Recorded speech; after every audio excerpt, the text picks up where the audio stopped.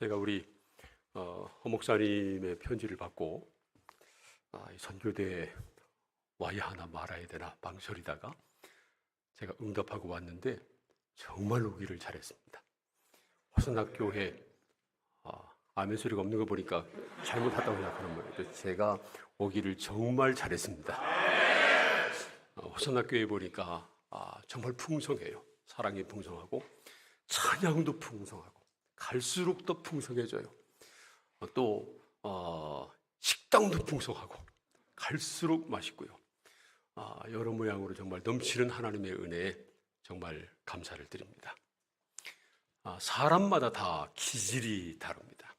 지금 지구상에 80억이 넘는 사람들이 살고 있는데 그 80억이 넘는 사람들이 전부 다 생김새도 다르고요. 그리고 성격도 다 다릅니다. 사람들의 성격, 기질은요, 몇 가지 요인이 있어요. 유전적인 요인이 있고요. 그리고 환경적인 요인이 있습니다. 뿐만 아니라 교육, 그 교육적인 면도 영향을 끼칩니다. 모든 사람들은 다 혈액형을 가지고 있죠. 그래서 사람들의 기질을 분석할 때 혈액형을 가지고 보는 경우도 있습니다. 그래서 O형은 단무지라고 말하고요.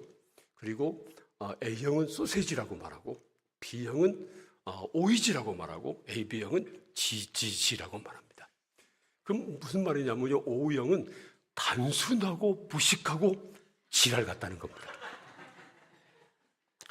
A형은요, 소심하고 세심하고 지랄 같다는 겁니다. 그리고 B형은요, 오이지인데 오만하고 이기적이고 지랄 같다는 거예요. 그리고 AB형을 지지지라고 하는데 지랄 같고 지랄 같고 지랄 같다고. 저는 B형입니다. 물론 이건 그냥 약간 비슷한 면도 있지만 완전히 그렇게 혈액형으로 사람의 기질, 성격을 다 판단할 수 있는 건 아니죠. 저는 충청도 사람입니다. 충청도에서 태어났고요. 충청도에서 목회하는데 아직도 충청도를 못 벗어나고 있어요. 저는 충청도 사람입니다. 충청도 사람들은요, 여유 있고 느긋느긋하고 양반적인 기질이 있다고 말합니다. 이거 좋게 말하는 것이고요. 나쁘게 말하면 충청도 핫바지라고 말합니다. 그건요, 이래도 좋고 저래도 좋고 우유부단하고 화끈하지 못한 이 충청도 사람들의 기질을 그렇게 말하는 거죠. 저는 제가 원래 충청도 사람이니까 그런 기질을 별로 좋아하지 않는데 그런 기질이 있는 것은 분명해요. 그래서 말이죠, 우리 대한민국의 경우만 봐도 경상도 대통령도 나오고 전라도 대통령도 나왔는데 충청도 대통령은 없어요. 그런데 오늘 우리에게 주신 하나님의 말씀인 사도행전 1장을 보면 갈릴리 사람들이 등장합니다. 신약시대 이스라엘은 크게 세 부분으로 나누어졌죠. 맨 아래에는요, 예루살렘 중심으로 한 유대이고요. 맨 위는 갈릴리 바다를 중심으로 한 갈릴리입니다. 그리고 그 중간에 사마리아가 끼어 있죠. 그런데 예루살렘 수도가 있는 유대 사람들은요, 사마리아 사람들은 피가 섞였다고 개치고 뺐어요. 아주 그 땅 밟지도 않고 사마리아 사람 상종도 하지 않으려고 했습니다. 뿐만 아니라 갈릴리 사람들은요, 고기나 잡아서 먹고 사는 그 촌 사람이라고 무식하다고 멸시하고 무시했습니다. 예수님도 갈릴리 사람이죠. 물론 예수님이 태어나시기는 유대 베들레헴에서 태어나셨습니다. 하지만 자란 것은 갈릴리 나사렛이었습니다. 요한복음 1장을 보면요, 빌립이 예수님을 만나고 보니까 그분이 성경에서 약속하신 메시아임이 분명하거든요. 그래서 나다네를 찾아가서 말합니다. 내가 예수님을 만났는데 그분이 메시아다. 나사렛 예수를 만났는데 그분이 메시아다. 그렇게 말하니까 이 나다넬이 빌립에게 이렇게 말했잖아요. 나사렛에서 무슨 선한 것이 나겠느냐. 아주 점잖하게 말했지만요, 좀 심하게 말하면 손동네 사람 중에 인물이 나겠어? 그리고 무시한 겁니다. 갈릴리는 그런 곳이에요. 그런데 오늘 말씀에도 갈릴리 촌 사람이 등장합니다. 오늘 말씀은 부활하신 예수님께서 제자들과 40일 동안 함께 계시면서 하나님 나라의 일을 가르쳐 주시다가 제자들이 보는 가운데 하늘나라로 올려 가시는 그런 장면이죠. 사도행전 1장 9절부터 11절까지 우리 같이 한번 읽어볼까요? 다 함께 시작.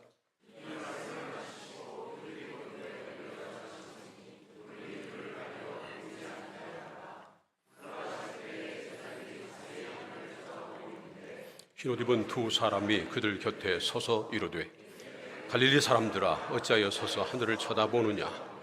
너희 가운데서 하늘로 올려주신 이 예수는 하늘로 가심을 본 그대로 오시리라 하였느니라. 예수님께서 자기들과 함께 대화하시다가 자기들 보는 가운데 하늘로 올려 가시더니 구름 속으로 사라져서 더 이상 보이지 않게 된 겁니다. 그래서 제자들이 깜짝 놀랐죠. 그래서 예수님이 사라지신 그 하늘을 자세히 보고 있었는데 그때 흰옷 입은 두 천사가 나타나서 그들에게 말합니다. 갈릴리 사람들아 어찌하여 서서 하늘을 쳐다보느냐. 너희들이 본 가운데 하늘로 올려가신 예수님은 너희들이 본 그대로 다시 오실 것이다. 그런데 말이죠, 이때 예수님께서 하늘로 올려가신 그 장소는 갈릴리가 아니었어요. 사도행전 1장 12절 말씀 보면요, 감남원인 예루살렘에 있는 곳이었습니다. 그런데 예수님이 예루살렘에서 하늘로 올려가실 때 그 자리에 있던 사람들은요 전부 다 갈릴리 사람들이었다는 겁니다. 놀랍죠. 이 일단의 갈릴리 사람들은요 기독교 역사상 가장 위대한 일을 한 사람들입니다. 이 갈릴리 사람들이 어떤 사람들이었기에 이처럼 위대한 일을 했을까요? 첫 번째로 갈릴리 사람들은요 처음부터 끝까지 예수님을 따른 사람들이었습니다. 한번 따라서 해보시죠. 처음부터 끝까지 예수님을 따른 사람들. 예수님은 갈릴리에서 사역을 시작하셨죠. 그리고 갈릴리 사람들 중에서 제자들을 택하셨습니다. 베드로, 요한, 야고보, 안드레 할 것 없이 가룟 유다만 유대 지역 사람이었고요. 나머지는 다 갈릴리 사람이었습니다. 그리고 오늘 예수님이 하늘로 올려가실 때 그 현장을 목도한 사람들은요 전부 다 그 갈릴리 사람들이었다는 겁니다. 그들은 갈릴리에서 예수님을 만났어요. 예수님의 부름을 받았어요. 그래서 예수님을 믿고 따르기로 작정했습니다. 그 후에 예수님이 예루살렘에서 고난당하시고 부활하시고 하늘로 올려가실 때까지 그들은요 예수님을 떠나지 않았습니다. 놀랍죠. 대단하죠.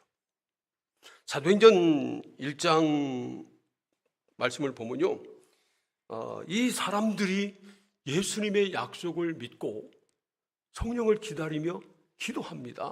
그러다가 가룟 유다 대신에 예수님을 팔아먹고 스스로 목숨을 끊은 가룟 유다 대신에 다른 한 명의 제자를 보충합니다. 재미있는 것은요 예수님을 팔아먹은 유다만 갈릴리 사람이 아니었다는 거예요. 그래서 대신 한 사람의 제자를 유다 대신에 보충하는데 그 조건은요 다른 것이 아니었습니다. 사도행전 1장 21절과 22절 우리 같이 읽어봅니다. 다 함께 시작.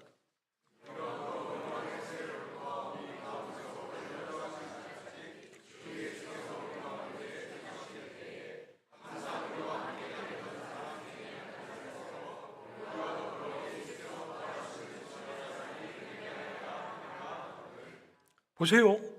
예수님의 제자가 될 수 있는 유일한 조건은요 예수님께서 요한에게 세례 받으실 때부터 부활하실 때까지 예수님을 떠나지 않고 항상 함께 다닌 사람, 단 한 가지 조건밖에 없었습니다.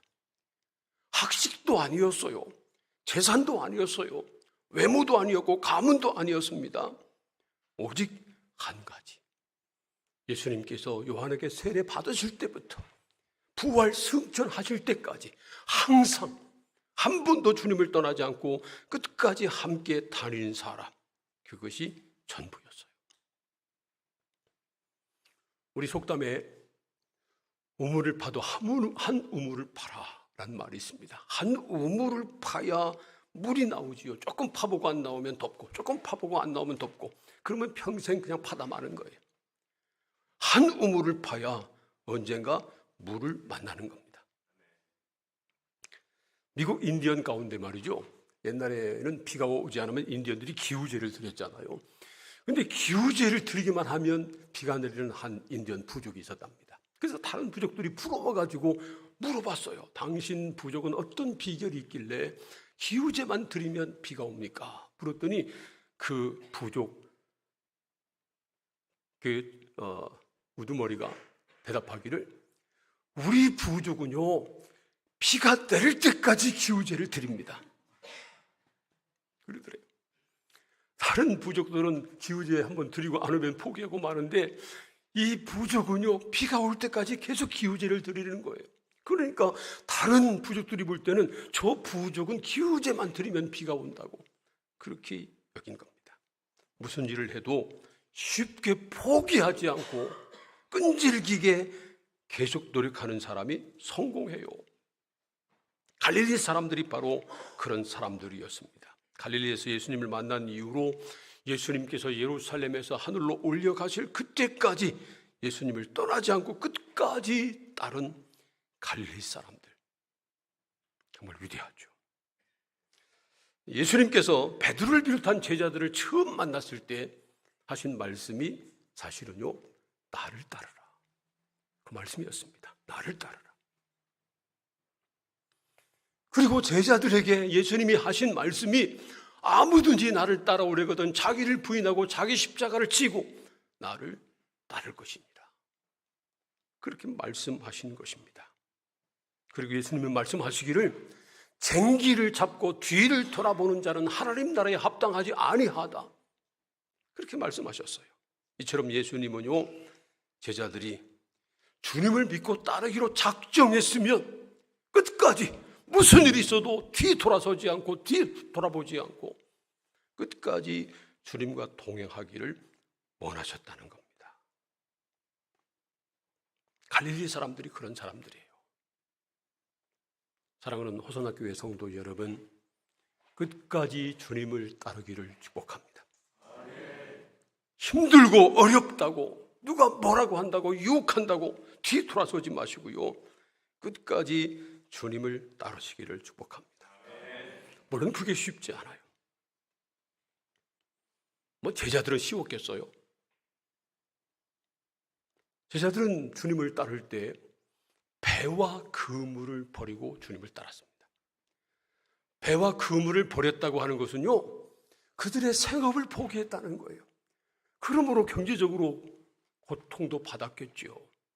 배와 그물을 버린 것은 단순히 그들의 생업만 버린 것이 아니고요, 그들의 생활 방식을 버린 것이었습니다. 더 이상 그들이 옛날에 살던 방식으로 살지 않고요, 이제는 지저스 스타일, 예수님의 스타일로 살겠다고 하는 결단이었고, 그러므로 세상으로부터 손가락질을 받았음에 분명합니다. 그럼에도 불구하고 그들은 끝까지 주님을 따랐어요.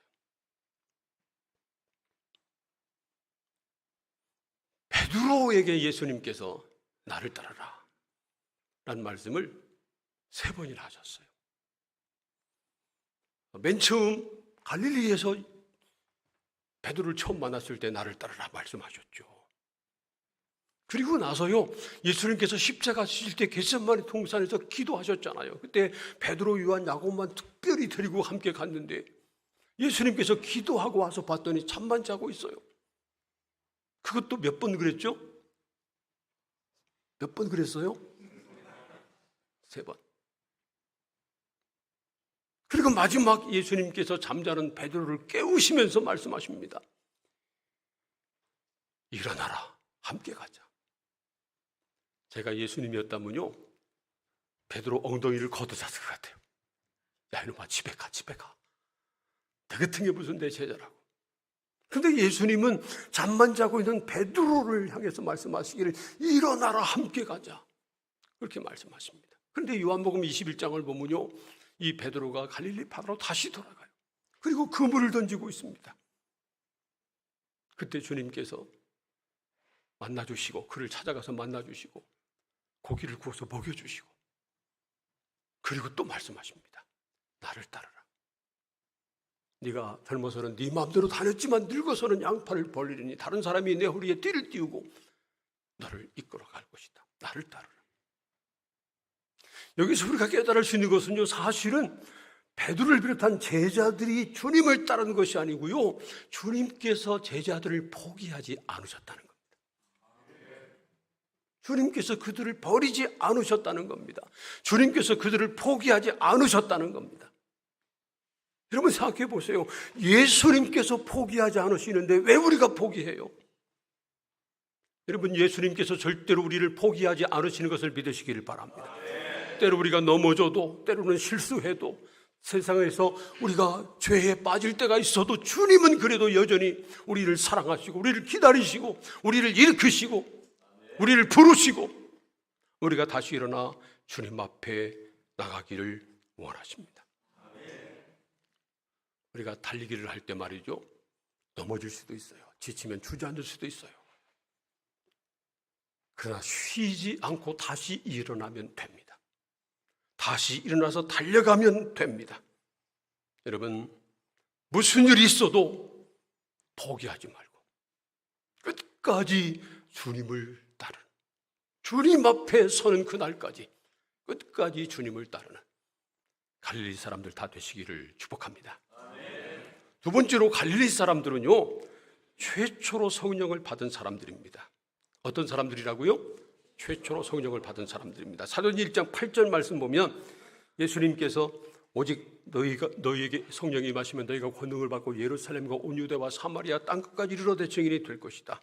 그렇게 말씀하십니다. 그런 다음에 예수님이 제자들이 보는 가운데 하늘로 올려가셔요. 그러므로 예수님의 이 말씀은요, 제자들에게 마지막 분부하신 명령입니다. 그래서 제자들은 이 말씀에 순종했어요. 사도행전 1장 12절부터 14절까지 말씀 보면요, 그들이 마가의 다락방에 올라가서 전혀 기도하기에 힘을 썼습니다. 그때 마가의 다락방에 모여서 전혀 기도하기에 힘을 썼던 사람은 약 120명 정도였어요. 그리고 그들이 그렇게 모여서 간절히 기도한 끝에 오순절날 마가의 다락방에 성령이 임하셨습니다. 사도행전 2장 1절부터 4절까지 같이 우리 함께 읽어봅니다. 다 함께 시작.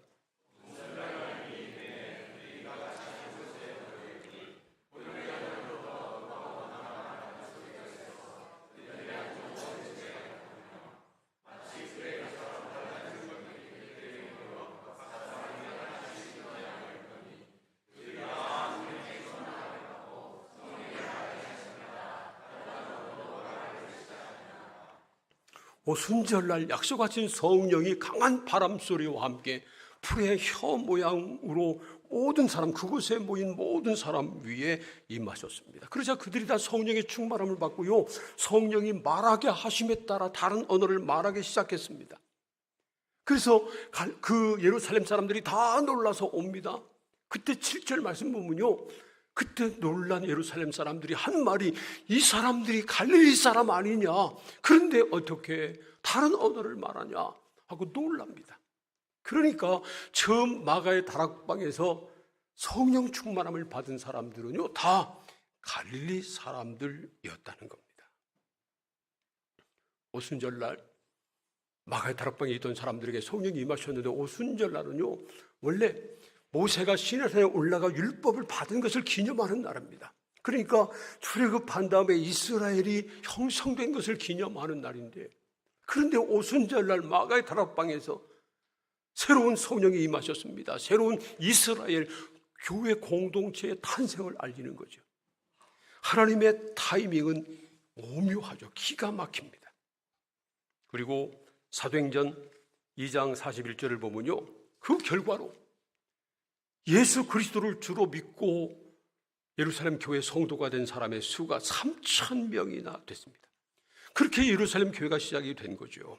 오순절날 성령이 강림함으로 예루살렘 교회가 시작이 되는데 그 사람들이 다 갈릴리 사람들이었다는 겁니다. 그런데 말이죠, 어떤 학자들은 이 오순절날 사건은 일회적인 사건이다 라고 말하는 사람들도 있습니다. 더 이상 되풀이되지 않는 그때 거기서만 있었던 단 한 번의 사건이지 다시 되풀이되지 않는다, 그렇게 말합니다. 그런데 사도행전 4장 말씀을 보면요, 그때 남에서부터 걷지 못했던 사람 때문에 4장에서 베드로와 요한이 공회에 잡힙니다. 그리고 공회가 하루 가두고요, 다음 날 신문을 합니다. 그런데 이 소식을 들은 사람들이 모여서 함께 기도하고 있었죠. 무사히 풀려난 베드로와 요한이 그들에게 가서 그들이 당한 일을 말합니다. 그랬더니 그곳에 모인 사람들이 다 기도했어요. 사도행전 4장 31절은 이렇게 말합니다. 빌기를 다음에 그 모인 곳이 진동하더니 모든 사람들에게 성령이 충만히 임했다라고 기록합니다. 성령 충만한 사건은요, 일회적인 사건이 아니라 되풀이되는 하나님의 역사라는 겁니다. 사도행전 10장으로 넘어가 보세요. 그때 베드로가 고넬료 집에 초청을 받습니다. 그래서 고넬료 집에 모인 사람들에게 하나님의 말씀을 증거하는데 말씀을 듣는 사람들에게 성령이 임합니다. 그때 베드로가 고백해요. 우리가 받은 성령을 저들도 받았는데 누가 저들에게 세례 베품을 금하겠느냐.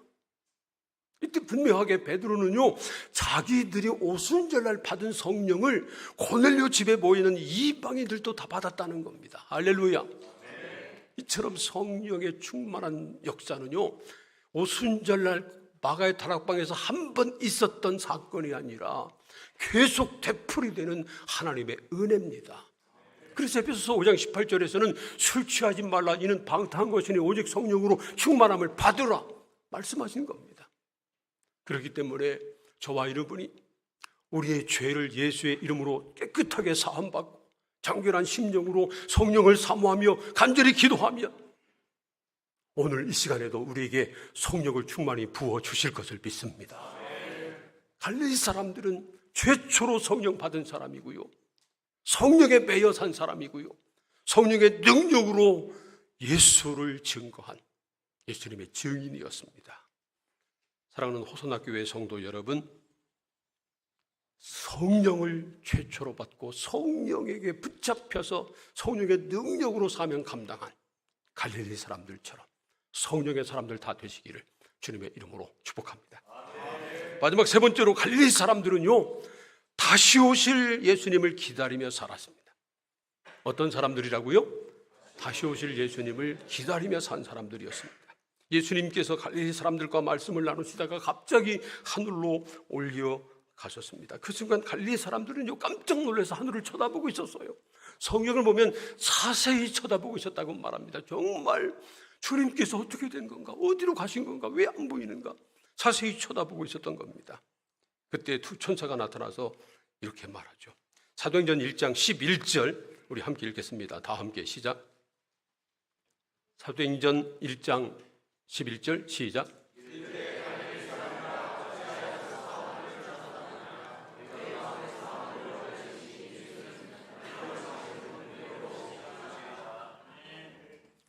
예수님이 하늘로 올려가신 다음에 하늘을 자세히 보고 있던 그들에게 천사가 말하기를, 갈릴리 사람들아 어찌하여 서서 하늘을 쳐다보느냐. 너희 가운데 하늘로 올려가신 예수님은 너희들이 본 그대로 다시 오실 것이다. 한번 생각해 보세요. 이 베드로를 비롯한 갈릴리 사람들이 자기들과 얘기하다가 갑자기 하늘로 올려가신 예수님, 그 광경을 평생 잊을 수 있었겠어요? 그때 갑자기 흰옷 입은 두 천사가 나타나서 갈릴리 사람들아 왜 서서 하늘을 쳐다보느냐. 너희 가운데 하늘로 올려지신 예수님은 너희들이 본 그대로 다시 오실 것이다. 이렇게 말씀하셨는데 그때 천사가 한 말을 그들이 잊을 수 있었겠어요?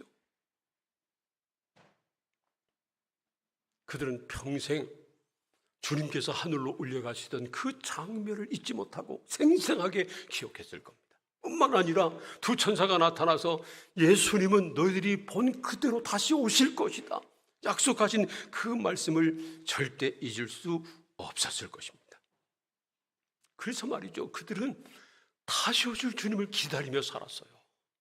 다시 오실 주님을 고대하며 살았습니다. 그때 거기 있던 사람들의 대표인 베드로는 베드로후서 3장 9절과 10절에서 이렇게 말씀하고 있죠. 베드로후서 3장 9절과 10절 함께 읽어봅니다. 시작.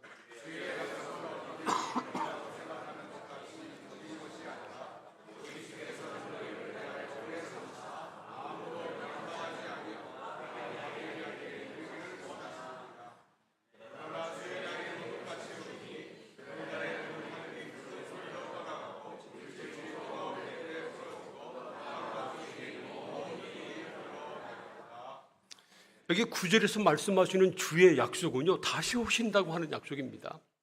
주님이 다시 오신다고 하신 약속은요, 더디다고 생각하는 사람처럼 더딘 것이 아니고요, 주님께 대해서 오래 주님이 우리에 대해서 오래 참고 계신 것에 불과하다는 겁니다. 그리고 그날이, 주의 날이, 주님 다시 오시는 그날이 도둑같이 이를 것이다, 그렇게 말합니다. 여러분 생각해 보세요. 도둑이 예고하고 오나요? 도둑은 절대로 예고하지 않아요. 그건 소설에 있는 이야기예요. 도둑은 갑자기 옵니다. 그때 말이죠, 초대 그리스도인들 가운데 많은 사람들은 주님께서 quickly, 빨리 오실 것을 고대했어요. 그런데 그들이 기대한 대로 quickly 오지 않으시니까 주님은 안 오시나 보다, 그렇게 생각하는 겁니다. 그때 베드로는 분명하게 말합니다. quickly가 아니라 suddenly 주님께서 갑자기 오실 것이라는 겁니다.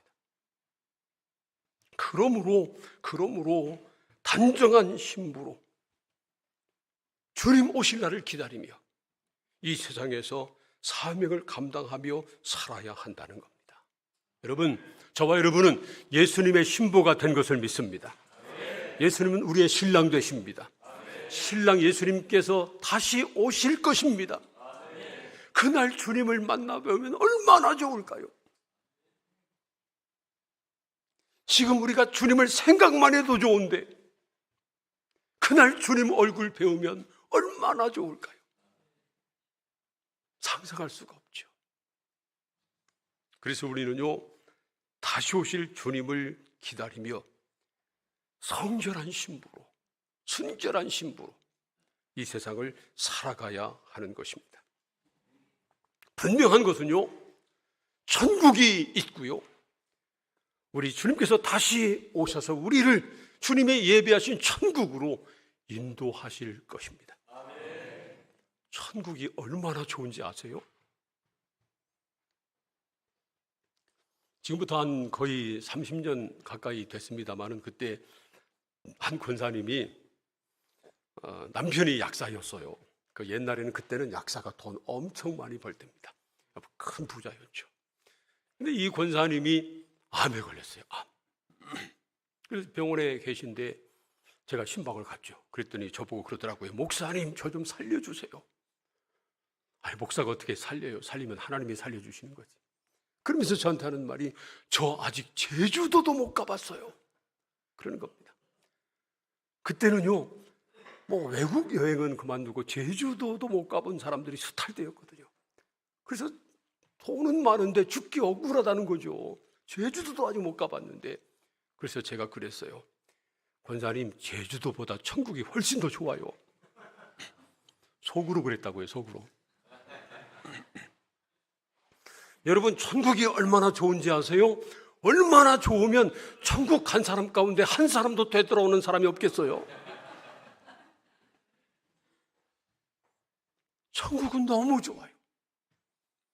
그날 천국에서 꿈에 그리던 하나님의 얼굴을 배울 때 얼마나 좋겠어요.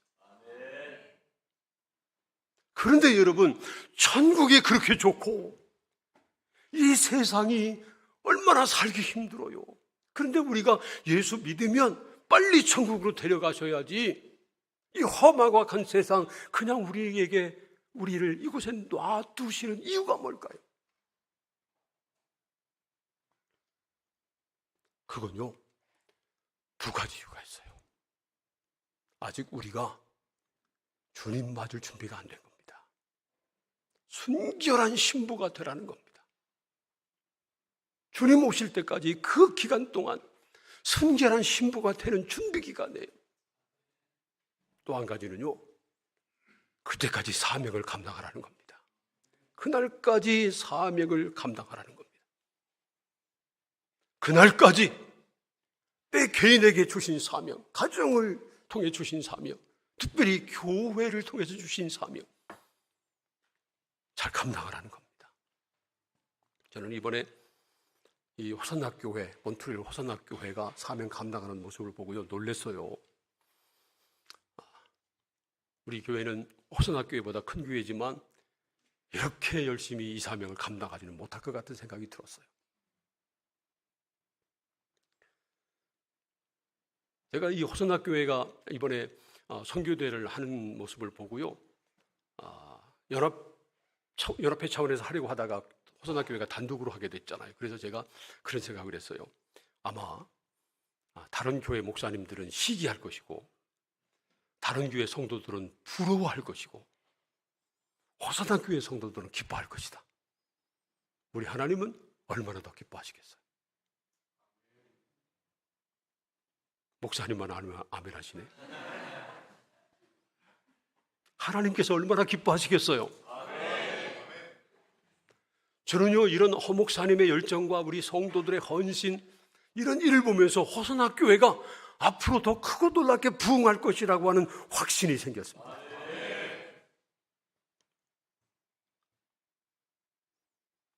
제가 물어보니까요, 이 몬트리올의 한인이 8,000명, 9,000명, 한때는 10,000명도 넘어갔지만 코로나 때문에 좀 줄어들었다고 그래요. 그리고 또 한국 기업들이 들어서기 때문에 인구가 늘어날 가능성이 있다라는 말을 들었습니다. 그래서 제가 마음속으로 그런 생각이 들었어요. 그리고 하나님 앞에 그런 마음으로 기도했습니다. 하나님, 호산나교회가 이 몬트리올 한인 지역에 11조를 거두는 교회가 되게 하여 주시옵소서. 지금도 호산나 지역에서 가장 앞서가는 교회지만 이 호산나 지역에 우리 한인들 가운데 11조가 모이는 교회, 그런 교회가 되기를 소망하고 마음속으로 기도했습니다. 독일에 가면요, 프랑크푸르트에 한마음 교회가 있어요. 거기는 초교파 교회지만 그 담임 목사님은 우리 성결교회 목사님이죠. 제가 거기도 선교대회 때문에 갔었습니다. 그런데 그 호산나 교회는요, 이 프랑크푸르트 지역의 한인들의 11조가 모이는 교회예요. 1,000명이 모이는 교회예요. 1,000명. 그 교인들 중에 그 교인들이 그 교회를 얼마나 열심히 사랑하고 목사님 중심으로 뭉쳐서 주의 일을 하는지 몰라요. 제가 말을 들으니까요, 어떤 분은 이제 남편이 미군이고 그래서 거기에 왔는데 임기가 끝났는데 돌아가지 않고 거기에 머물러 있는 거예요. 그래서 제가 지금 확실히 기억하고 있는지는 모르겠는데 그것을 3번인가 연기를 해서 이제 거기서 계속 머물러 있으면요, 그 다음에는 무조건 그냥 부대에서 지시하는 땅으로 무조건 가야 된대요. 어디로 가야 될지 모르는 거죠. 그럼에도 불구하고 마지막까지 있을 수 있는 만큼은 내가 프랑크푸르트 한마음 교회를 지켜야 되겠다. 그리고 거기에 남아있는 거예요. 그런 성도들이 모였어요. 그러니 얼마나 그 교회가 능력이 있겠어요. 호산나 교회가 그런 교회가 될 줄로 믿습니다. 할 수 있어요. 여러분들이 다 갈릴리 사람들이 되면 됩니다. 갈릴리 사람들. 우린 이민사회에서 살잖아요. 그래서 내가 한국 사람인지 캐나다 사람인지 선교지에 계신 선교사님들도 그런 생각할 수도 있고, 그런데 여러분 염려 마세요. 우리가 갈릴리 사람이 되면 됩니다. 예수 믿기로 작정했으면, 호산나 교회 나와서 믿음의 식구가 됐으면 어떤 일이 있어도 주님을 떠나지 않고 교회를 떠나지 않고 주님 앞에 서는 그날까지 끝까지 주님을 섬기는 겁니다. 갈릴리 사람들처럼 성령의 충만함을 받고요,